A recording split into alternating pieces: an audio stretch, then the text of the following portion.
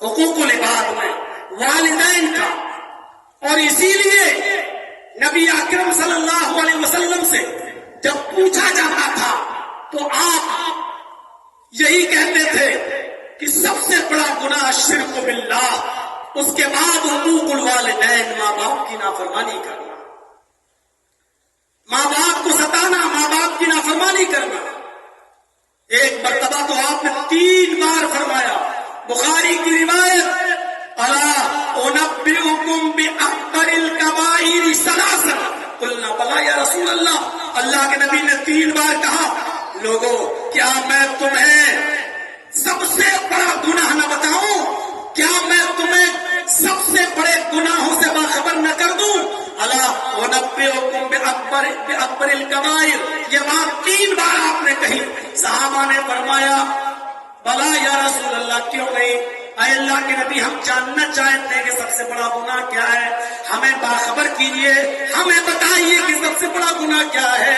آپ نے فرمایا الشرک باللہ، اللہ کے ساتھ کسی کو شریک کرنا، تو حقوق الوالدین اور ماں باپ کی نافرمانی کرنا، اور ماں باپ کی نافرمانی کرنا یہ سب سے بڑا گناہ اللہ کے نبی جناب محمد رسول اللہ صلی اللہ علیہ وسلم بیان کر رہے ہیں.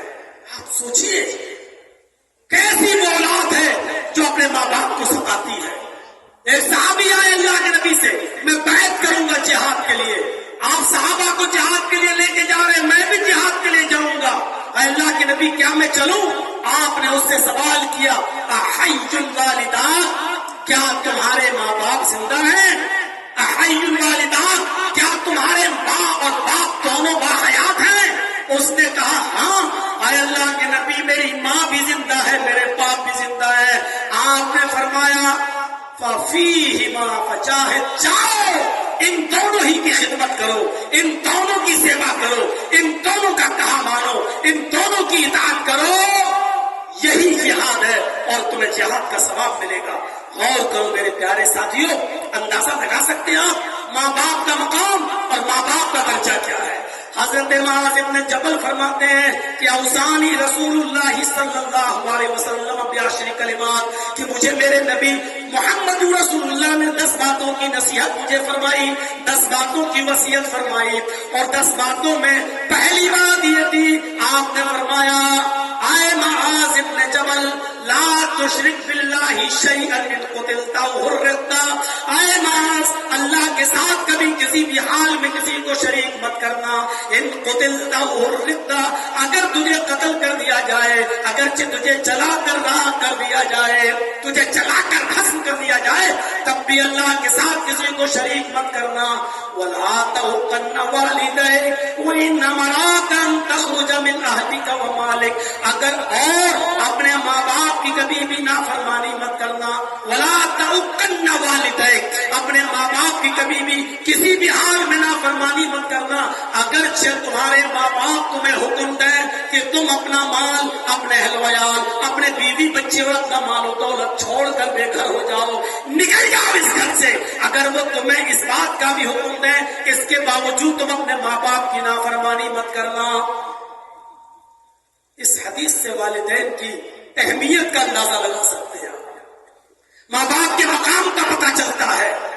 ایک اور حدیث میں اللہ کے نبی فرماتے ہیں اطیع اباک وان ظلمک، ہر حال میں اپنے باپ کی اطاعت کرو، اگرچہ وہ تمہارے اوپر ظلم ہی کیوں نہ کر رہے ہو، اگرچہ وہ تمہارے اوپر ظلم ہی کیوں نہ کرتے ہو. میرے بھائیوں، ماں باپ کو ظلم کرنے کی اجازت نہیں ہے. ماں باپ کو بھی حکم ہے کہ اپنی اولاد کے ساتھ انصاف کرے، ماں باپ کو بھی حکم ہے کہ اپنی اولاد کا بھی حق ادا کرے، ان کی اچھی تربیت کرے، ان کو ان کی اچھی تعلیم و تربیت کا انتظام کرے، دیندار اور نیک لڑکی سے اس کی شادی کرائے. یہ والدین کے لیے بھی حکم ہے. لیکن اس حدیث سے ماں باپ کا پتہ چلتا ہے اس کی اہمیت کا، کہ اللہ کے نبی نے کہا اپنے ماں باپ کی اطاعت کرو اگرچہ وہ تمہارے اوپر ظلم کر رہے ہو. یعنی ان کے ظلم کے باوجود بھی اپنے باپ کو تم مار نہیں سکتے ہو، ان کو پیٹ نہیں سکتے ہو، ان کو گالی نہیں دے سکتے ہو، ان کو برا بھلا نہیں کہہ سکتے ہو. یہ مقام و مرتبہ ہے. امام بخاری رحمۃ اللہ علیہ اپنی مشہور و مایہ ناز تصنیف الادب المفرد کے اندر ایک واقعہ نقل کرتے ہیں.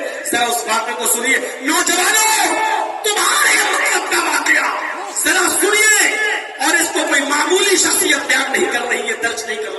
امام بخاری نقل کر رہے ہیں الادب المفرد کے اندر. حضرت عبداللہ ابن عباس رضی اللہ تعالیٰ عنہ کے پاس ایک شخص آتا ہے اور کہتا ہے کہ اے عبداللہ، ایک عورت سے، ایک لڑکی سے مجھے محبت تھی، لیکن یہ محبت یک طرفہ تھی، صرف مجھے تھی، اس کو نہیں تھی. میں نے اس لڑکی کو نکاح کا پیغام دیا، لیکن اس لڑکی نے میرے نکاح کو ٹھکرا دیا، میرے نکاح کو، پیغام کو ٹھکرا دیا. مجھے بہت تکلیف ہوئی، لیکن میں انتظار کرتا رہا کہ آج نہیں تو کل میری محبت اس کے دل میں جوش مارے گی، ایک دن وہ ضرور میرے ساتھ نکاح کرے گی. لیکن کچھ دنوں کے بعد میں نے سنا کہ اس عورت نے کسی دوسرے مرد کے ساتھ نکاح کر لیا، کسی دوسرے نوجوان لڑکے کے ساتھ شادی کر لی اور وہ اس کے ساتھ رہنے لگی.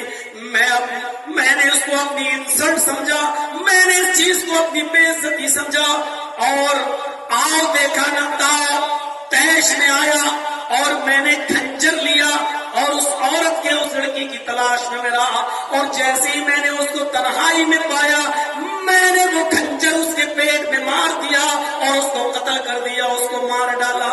اور میں 1-2 سال کے لیے رفوجت کرو گیا، بھاگ گیا، اور میرا معاملہ پسے پردہ رہا، پیٹ پیچھے رہا. آج تک کسی کو پتہ ہی نہیں چل سکا کہ اس کو کس نے مارا. وہ عورت دفنا دی گئی، لیکن میں آپ کے پاس آیا ہوں. اے عبداللہ ابن عباس، میرے لیے مغفرت کا کوئی راستہ ہو تو بتائیے، میرے لیے بخشش کا کوئی راستہ ہو تو بتائیے. کیا میری کوئی بخشش ہو سکتی ہے؟ میری کوئی بخشش کی امید ہے؟ کیا کوئی ہے ایسی دعا؟ کیا ہے کوئی ایسا عمل جس کو میں کروں اور میری بخشش ہو جائے؟ عبداللہ ابن عباس رضی اللہ تعالیٰ عنہ نے اس سے پوچھا، حل امک حیۃ، کیا تمہاری ماں زندہ ہے؟ کیا پوچھ رہے ہیں؟ کیا تمہاری ماں باحیات ہے؟ کیا تمہاری ماں زندہ ہے؟ اس نے کہا نہیں. کہا تمہاری ماں نہیں ہے؟ کہا نہیں. کہا اچھا جاؤ توبہ کرو، استغفار کرو، رو رو کر اپنے گناہ کی معافی مانگو، شاید اللہ کو رحم آ جائے اور اللہ تمہیں بخش دے، اللہ تمہاری مغفرت فرما دے. ہو سکتا ہے وہ بخش دے، غفور رحیم ہے. جب وہ چلا گیا تو ایک دوسرے صحابی نے عبداللہ ابن عباس سے پوچھا، اے عبداللہ ابن عباس، اس آدمی نے ایک عورت کا قتل کیا ہے، اور جب اس نے پوچھا کہ میری مغفرت کی کا کوئی راستہ ہے، تو آپ نے اس سے ایک ہی سوال کیا، حل امک حیۃ، کیا تمہاری ماں زندہ ہے؟ آپ نے اس کو ماں کے بارے میں کیوں پوچھا؟ آپ نے اس سے اس کی ماں کے بارے میں کیوں سوال کیا کہ تمہاری ماں زندہ ہے؟ تو عبداللہ ابن عباس فرماتے ہیں، میں نہیں سمجھتا کہ ماں کی خدمت کے علاوہ، ماں کی خدمت سے بھی زیادہ بڑھ کر کوئی ایسا عمل ہو جو اس کے اس گناہ کو ختم کر سکتا ہو. میں نے سوچا کہ اس کی ماں زندہ ہو تو یہ کہوں جاؤ تم اپنی ماں کی خدمت کرو، کیونکہ ماں کی خدمت تقرب اللہ کا واحد وہ ذریعہ ہے کہ جس کی بنیاد پر یہ اپنے اس گناہ کو معاف کروا سکتا تھا، اپنے گناہ کو بخشوا سکتا تھا. تو میرے پیارے ساتھیوں، عبداللہ ابن عباس نے کہا میں نے اس لیے اس سے ماں کے بارے میں پوچھا.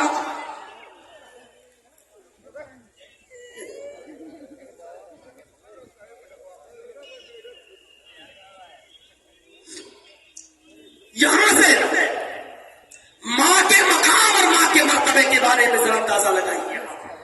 امام بخاری نقل کر رہے ہیں الادب المفرد کے اندر کیا کہہ رہے ہیں کہ عبداللہ ابن عباس نے کہا میں نے اس لیے ماں کے بارے میں پوچھا تمہاری ماں زندہ ہے کہ ماں کے ساتھ اچھا برتاؤ کرنا، اس کی خدمت کرنا، اس کی اطاعت کرنا، اس کی بات ماننا اور اس کی خدمت، یہ واحد وہ ذریعہ ہے جو اللہ کے بہت قریب کر دیتا ہے.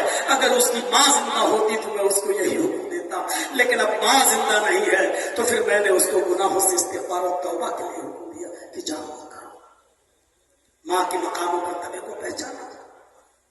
علامہ یافعی رحمۃ اللہ علیہ کی ایک کتاب ہے مرآت الجنان، اس کتاب کے اندر انہوں نے پرامکا کے دو شخص فضل برمکی اور یحییٰ برمکی کا واقعہ نقل کیا ہے۔ وہ پرامکا جن کی شان و شوکت و سطوت پورے مملکت بغداد پر چھائی ہوئی تھی، جن کا رعب و دبدبہ بیٹھا ہوا تھا، لیکن جب مملکت بغداد کے اوپر خلیفہ ہارون رشید کا انعام آیا تو فضل برمکی اور یحییٰ برمکی باپ اور بیٹے دونوں گرفتار کر لیے گئے اور دونوں کو جیل میں ڈال دیا گیا۔ فضل برمکی بھی جیل میں قید ہے اور ان کے باپ یحییٰ برمکی بھی جیل میں ہے۔ یحییٰ برمکی بزرگ ہو چکے ہیں، بڑھاپے کو پہنچ چکے ہیں۔ فضل برمکی دیکھتے ہیں کہ میرا باپ بہت بوڑھا ہے اور جیل کے اندر قید خانے کے اندر گرم پانی کا انتظام نہیں ہے، سردیوں کی ان راتوں میں میرے باپ کو ٹھنڈے پانی سے وضو بنانا پڑتا ہے۔ تو جانتے ہو فضل برمکی کیا کرتے تھے؟ تانبے کے ایک لوٹے میں عشاء کی نماز کے بعد پانی بھر لیا کرتے تھے اور اسی تانبے کے لوٹے کو عشاء کی نماز پڑھنے کے بعد اپنے پیٹ سے لگا لیا کرتے تھے کہ پیٹ کی گرمی سے صبح فجر کی نماز کے وقت تک اس پانی میں تھوڑی سی گرمی آ جائے گی، حرارت آ جائے گی۔ رات بھر وہ جاگا کرتے تھے، سوتے نہیں تھے کہ فجر کی نماز کے وقت میں اپنے باپ کو قدرے گرم پانی دے دوں، لیکن جیل میں گرم پانی کا انتظام نہیں تھا اور ان کو دیا بھی نہیں جاتا تھا، اس لیے فضل برمکی تانبے کے لوٹے کو اپنے پیٹ میں لگا لیا کرتے تھے اور عشاء کی نماز سے لے کر فجر تک پیٹ کی گرمی سے اس پانی کو تھوڑا بہت گرم کرتے تھے۔ صبح تک تھوڑی سی حرارت اس میں آ جایا کرتی تھی، فوراً وہ پانی اپنے باپ کو پیش کر لیا کرتے تھے اور اس پانی سے وضو بنا کر ان کے باپ یحییٰ برمکی اپنے بیٹے کو دعا دیا کرتے تھے۔ مجھے بتانا یہ ہے کہ باپ کی خدمت کا میرے بھائیوں یہ موقع ہر کسی کو ہر وقت نہیں ملتا ہے۔ خوش نصیب ہے وہ انسان آخری دنوں میں اور آخری ایام میں اپنے باپ کی خدمت میں کامیاب ہو جائے اور ان کی خدمت کریں۔ جس کا باپ راضی ہے اور انتقال کر گیا ہے اس حال میں کہ وہ اپنے بیٹے سے خوش ہے، تو میرے بھائیوں اس بیٹے کو جنت کی بشارت دی ہے جناب محمد رسول اللہ نے۔ لیکن باپ مر گیا اور اپنے کسی بیٹے سے ناراض تھا تو اس بیٹے کے لیے نماز پڑھنا، روزہ رکھنا، یہ عبادتیں کس کام کی؟ میرے بھائیوں ذرا غور کیجئے کہ والدین کی خدمت کتنا بڑا درجہ رکھتی ہے۔ اولاد کے بھی حقوق ہیں، کوئی یہ لگتا ہے کہ واہ صاحب مولانا صرف باپ کا ہی حق ہے، اولاد کا کوئی حق ہی نہیں ہے۔ اولاد کا بھی حق ہے، اس کو اچھی تربیت دی جائے۔ تاریخ خطیب میں خطیب بغدادی رحمت اللہ علیہ نے امام ربیعہ کا جو واقعہ لکھا ہے وہ اہل علم سے پوچھئے۔ وہ امام ربیعہ جو امام مالک رحمت اللہ علیہ کے بھی استاد تھے، لیکن یہ ابھی چھوٹے ہی تھے کہ ان کے باپ کو سفر میں جانے کی ضرورت پیش آ گئی اور 20,000 اشرفی اپنی بیوی کو دے کر چلے گئے کہ خرچ کرنا، اور سفر میں چلے گئے، لمبا سفر، لیکن اس سفر میں کئی سال لگ گئے۔ بعض لوگوں نے لکھا ہے 27 سال لگ گئے۔ 27 سال کے بعد لوٹے تو وہ چھوٹا سا بیٹا جوان ہو چکا تھا۔ گھر پہ آئے، دعا سلام ہوئی، سب کچھ ہوئی، بیٹے کو بھی دیکھا اتنا بڑا ہو گیا ہے۔ اس زمانے میں داڑیاں تو سبھی رکھتے تھے، میرے بیٹے کی بھی داڑھی، لیکن یہ نہیں معلوم کہ یہ اتنا بڑا عالم اور اتنا بڑا بزرگ بن چکا ہے کہ اس کے حلقے درس میں بڑے بڑے علماء اور بڑے بڑے محدث بیٹھتے ہیں، یہ نہیں معلوم تھا۔ اپنی بیوی سے سوال کرتے، بیوی میں 20,000 اشرفی تمہیں دے کر گیا تھا، تم نے کتنا خرچ کیا اور کتنا بچایا؟ بیوی نے کہا الحمدللہ وہ حفاظت کے ساتھ رکھی ہوئی ہیں، پہلے تم مسجد میں تو جاؤ، نماز تو پڑھو، آؤ آپ کو آج کی رات میں پورا حساب دے دوں گی اور سب کچھ بتا دوں گی۔ یہ امام ربیعہ کے بعد جب مسجد میں جاتے ہیں اپنے بیٹے کو دیکھتے ہیں کہ تمام بڑے بڑے علماء اس کے ارد گرد بیٹھے ہوئے ہیں اور اس سے درس حاصل کر رہے ہیں، اس سے سیکھ رہے ہیں، ان کو اپنے قلم سے نوٹ کر رہے ہیں، جو بیان وہ دے رہا ہے اس کے پوائنٹس نوٹ کر رہے ہیں، اس سے معانقہ کر رہے ہیں، مسابقہ کر رہے ہیں۔ یہ تو بہت بڑا عالم دین بن گیا ہے، بہت بڑا عالم ہے، اپنے بیٹے کو دیکھ کر ان کی خوشی کا ٹھکانا نہیں رہا۔ جب شام کو اپنے گھر آتے ہیں اور اپنی بیوی سے ذکر کرتے ہیں، الحمدللہ میرا بیٹا تو بہت بڑا عالم ہے، بہت بڑے بڑے علماء اس سے درس لینے آتے ہیں، جیسے ہی بیان کیا تو اس کی بیوی نے کہا، ہاں اے ربیہ کے ابو، آپ کو معلوم ہونا چاہیے کہ آپ جو 20,000 اشرفی مجھے دے گئے تھے، وہ اشرفی میں نے آپ کے بیٹے کی تربیت میں، اس کو پڑھانے لکھانے میں نے خرچ کیا ہے۔ اب بتائیے آپ کو وہ 20,000 اشرفی زیادہ محبوب ہے یا آپ کا یہ بیٹا جو میں نے پال پوس کر اور پڑھا لکھا کر اس کو اتنا بڑا عالم بنا دیا؟ امام ربیہ کے والد کہتے ہیں، نہیں میری بیوی، مجھے کوئی شکایت نہیں ہے، وہ 20,000 اشرفیاں میرے لیے کوئی حیثیت نہیں رکھتی ہے، تم نے میرے بیٹے کی جو تربیت کی ہے وہ قابل داد ہے، اس کا میں احسان ادا نہیں کر سکتا، تم نہیں جانتی ہو میری بیوی تم نے مجھے کتنا بڑا تحفہ دیا ہے۔ تو ایسی مائیں تھی۔ آج کی مائیں کیا سکھا رہی ہیں اپنی بیٹیوں کو؟ وہ یوٹیوب پر دیکھ لو، انسٹاگرام پہ، ٹک ٹاک پر ڈانس کرتے ہوئے اور ناچ کرتے ہوئے، اور یہ فخر محسوس کرتی ہے آج کی مائیں کہ دیکھو میری بیٹی کتنا بڑا کارنامہ انجام دے رہی ہے، کتنا بڑا کارنامہ انجام دے رہی ہے۔ مال حرام کھاؤ گے تو ایسی اولادیں پیدا ہوں گی، امام ربیہ کے بیٹے کی طرح نہیں، امام ربیہ کی طرح نہیں میرے بھائیوں، ایسی اولادیں پیدا ہوں گی جو ٹک ٹاک پر ڈانس کریں گی اور انسٹاگرام پر بغیر دوپٹے کے اور شارٹ کپڑوں میں ویڈیو بنائیں گی، ایسی اولادیں پیدا ہوں گی۔ اور آج ہمارا معاشرہ ایسی اولادوں کو دیکھ کر خوش بھی ہوگا۔ میرے بھائیوں، حضرت یوسف علیہ السلام کے اوپر کیسا زمانہ گزرا ہے، کنویں میں پھینکے گئے، نکالے گئے، مصر کے بازار میں بیچے گئے، بادشاہ مصر نے خریدا، پھر وہ وہاں پروان چڑھے، بالغ ہوئے، بادشاہ مصر کی بیوی نے ان کے اوپر غلط نظر ڈالی اور اس کے بعد ان کو اپنے خلقت الابواب، سارے دروازے بند کر دیے، ان کو اپنی طرف بلایا، مائل کیا، لیکن وہ بچے رہے، ان کے شکنجے میں نہیں آئے۔ دروازہ کھلا تو سامنے بادشاہ کھڑا ہے، الزام لگایا، جیل میں گئے، 7 سال کی سزا جیل میں بھگتی، بالآخر مصر کے بادشاہ بھی بنائے گئے۔ غور کرو، اتنے مرحلوں سے گزرے، اور یہاں باپ یعقوب کا حال یہ ہے کہ اپنے بیٹے کی جدائی میں روتے روتے، آنسو بہاتے بہاتے نابینا ہو گئے، اللہ کے سامنے فریاد کرتے رہے، اللہ میرا بیٹا، اللہ میرا بیٹا۔ ایک لمبی مدت کے بعد جب یوسف علیہ السلام بادشاہ بنائے گئے تو انہوں نے اپنا ایک قاصد بھیجا اپنے باپ کے پاس اور اپنی قمیص لے کر بھیجا کہ یہ میرے باپ یعقوب کو دے دینا، وہ سب کچھ پہچان جائیں گے۔ جب یوسف کا بھیجا ہوا قاصد جب یعقوب کے پاس آتا ہے، یعقوب علیہ السلام کو قمیص دیتا ہے، یعقوب علیہ السلام نے اس قمیص کو دیکھ کر کہا یہ تو میرے بیٹے کی قمیص ہے، سب کچھ یاد آ گیا، یہ نہیں پوچھا اے قاصد میرا بیٹا کس حال میں ہے، میرا بیٹا کہاں ہے۔ حضرت یعقوب نے جو بات کہی، تفسیر ابن کثیر اور تفسیر معالم التنزیل میں یہ واقعہ دیکھا جا سکتا ہے۔ حضرت یوسف علیہ السلام کی قمیص کو دیکھ کر سارا واقعہ یاد آ گیا، اور اتنی لمبی مدت کے بعد، جدائی کے بعد، ایک امید کی کرن ہوئی کہ میرا بیٹا زندہ ہے، تو جو کرتا لے کر آیا تھا قمیص، اس سے کہنے لگے کیف ترکتہ، تم نے یوسف کو کیسے چھوڑا ہے، تم نے یوسف کو کیسا چھوڑا ہے۔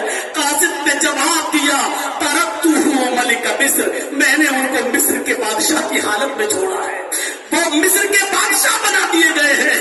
یعقوب علیہ السلام کو خوشی نہیں ہوئی، یعقوب علیہ السلام نے قاصد سے کہا ارے میں یہ نہیں پوچھ رہا ہوں کہ وہ کتنا امیر ہو گیا ہے، کتنا دولت مند ہو گیا ہے، لا اسألکم عن ھذا، میرا مطلب یہ نہیں ہے کہ وہ مصر کا بادشاہ بن گیا یا کتنا امیر ہو گیا اور کتنا دولت مند ہو گیا، نہیں، ولکن اسألکم عن ای دین ترکتہ، میں تم سے یہ پوچھنا چاہتا ہوں کہ تم نے اس کو کس دین پر چھوڑا ہے، اس کا دین کیا ہے، اس کا مذہب کیا ہے، وہ ایک اللہ کی عبادت کرتا ہے یا نہیں کرتا ہے، نماز کا پابند ہے یا نہیں ہے۔ اتنے دنوں کے بعد مصر کی بادشاہت کا اعلان سننے کے بعد بھی یوسف علیہ السلام کے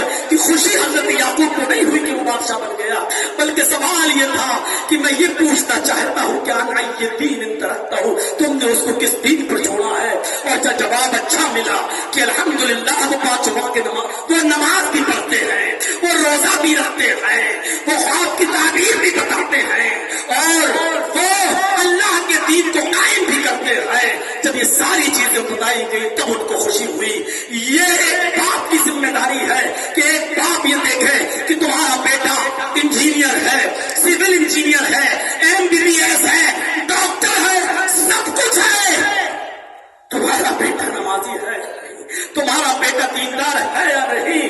حضرت ابراہیم علیہ السلام نے جب اپنی اولاد کو، اسماعیل کو اور ہاجرہ کو جب ابو گیا وادی میں چھوڑا اور جب چلے گئے دور تو یہی کہا ربی انی اسکنت من ذریتی بواد غیر ذی زرع ربنا لیقیموا الصلاۃ، اے اللہ میں نے اپنی بیوی بچوں کو، اپنے اپنی آل اولاد کو، اے اللہ میں نے ایک غیر ذی زرع، ایک بیابان وادی کے پاس چھوڑا ہے، ربنا لیقیموا الصلاۃ، اے اللہ میں نے وہاں اس لیے چھوڑا تاکہ وہ نماز قائم کرے، تاکہ وہ نماز کی پابند ہو جائے۔ ایک باپ کی ذمہ داری یہ ہے، آپ نے اپنے بیٹے کو انجینئر بنایا، آپ نے اپنے بیٹے کو ڈاکٹر بنا لیا، آپ نے اپنے بیٹے کو MBA کرا لیا، CA کرا لیا، سب کچھ کرا لیا، مبارک ہو آپ کو کہ بہت بڑا آدمی بنا دیا، لیکن آپ نے اپنے بیٹے کو اگر نمازی نہ بنایا، آپ نے اچھی تربیت نہیں دی تو آپ ناکام ہے۔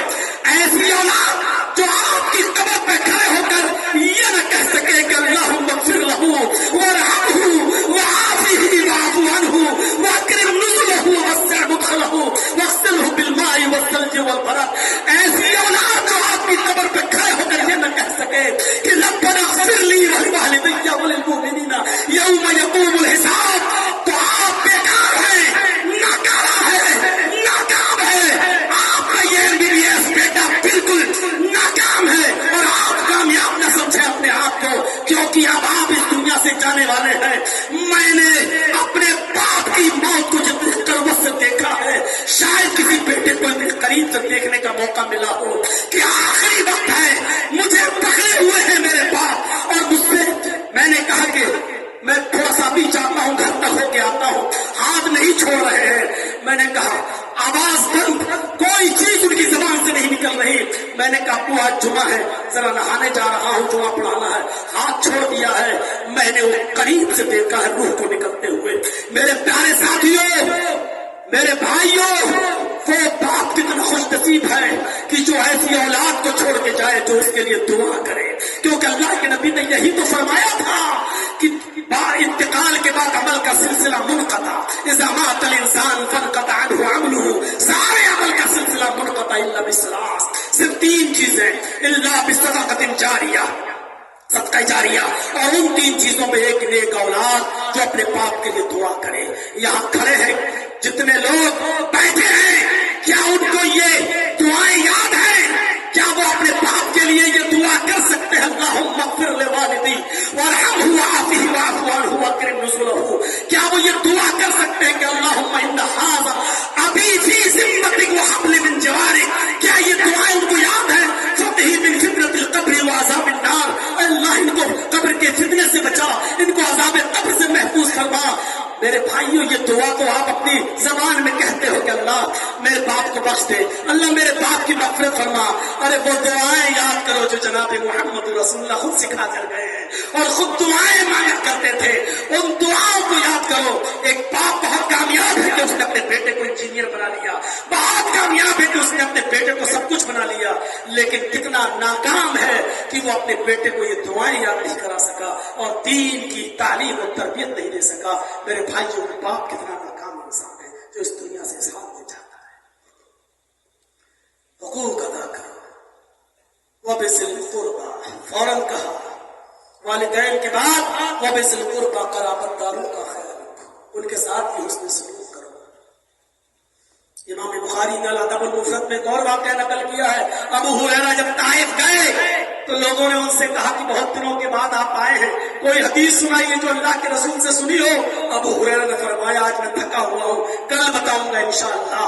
دوسرے دن محفل جمع، جیسے آپ کے ہاں کوئی بڑا عالم آ جائے تو آپ پہلے سے جمعے میں بھر دیتے ہیں مسجد،